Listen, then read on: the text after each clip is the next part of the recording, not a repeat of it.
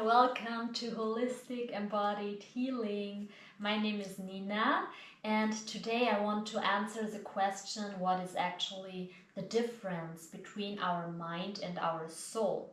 In one of my previous posts, I specified that a holistic type of healing and health happens on 3 levels: on the body level, on the mind level, and also on the soul level.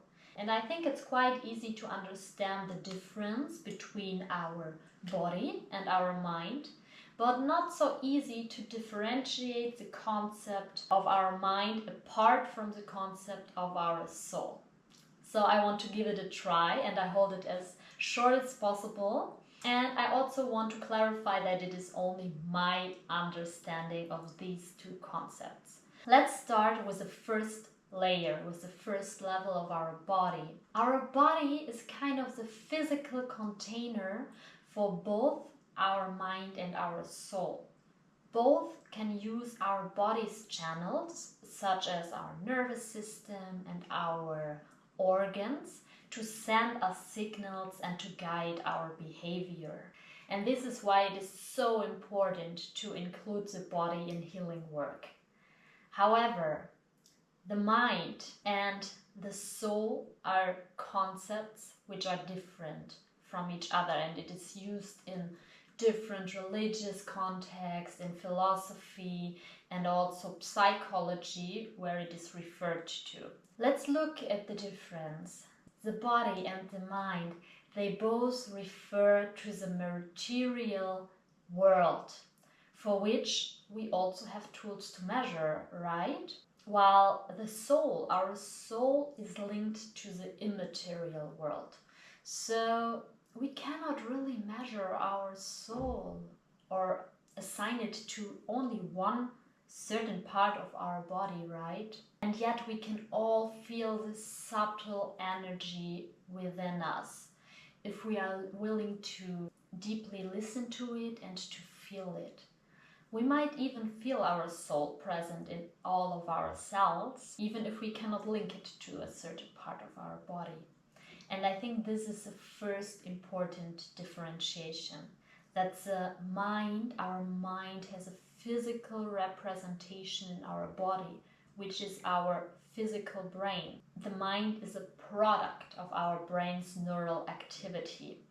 It's a seat of our cognitive functions, such as problem solving or decision making. So it deals with our behaviors, with our thought patterns, and also our emotional responses to certain situations. As our mind is closely linked to our physical brain, it is also only existing temporarily. So it has an end. If we die at some point, our mind will be gone as well. And this is what creates a big problem, because the mind is also the seat of our ego. And our ego, it cannot really accept that we will be gone at some point, or it will be gone at some point, right? It also cannot really accept that it's different from our soul. It wants to even suggest to us that it is our deepest core, that it is our soul. This can cause that we can get over-identified with our egoic mind and lose the connection to our soul.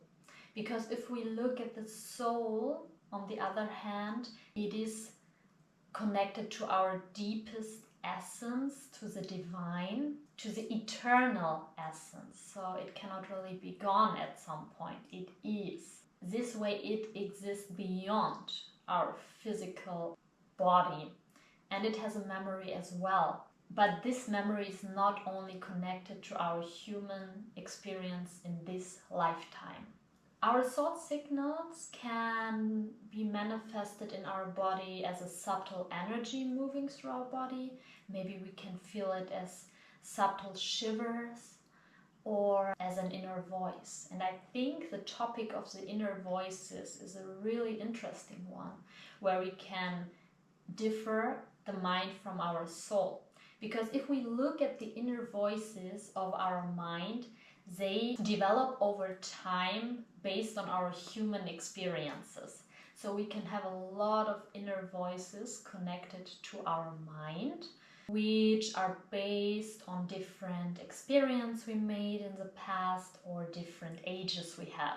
For example, to greatly simplify it, we can have the voice of an inner child or our inner superwoman or superman or an inner saviors. And these voices serve different functions, and they can be in harmony with each other or they can be in conflict with each other. This can cause problems if they are in conflict with each other and maybe block our behavior or cause physical tensions and pain in our bodies, maybe even illnesses. The soul, on the other hand, only has one voice. It is only one. And this voice is the voice of wisdom, of a deeper consciousness, of our true self. You could even put it like this: it's the voice of our true self, and it is timeless. This is the timeless identity we have, which is connected to our deeper meaning and our deeper purpose we have. So the soul's voice cannot really be in conflict. It knows, it just knows. What happens is that we can get stuck in voices of our minds which might be in conflict with each other, and we lose the connection to our soul's voice, to the voice of wisdom, to the voice of our innermost true self. And if we're able to distinguish these inner parts connected to the mind and being part of our soul, we can actually use the brilliant functions of our physical brain to guide us towards our soul's deeper purpose and to work through conflicts of our mind's voices we might hold within us. This is my understanding of the difference between the mind and the soul. Maybe give me your feedback, what you think of it. I'm happy to also record one further video about the ego for you. Wish you a beautiful day. Bye bye.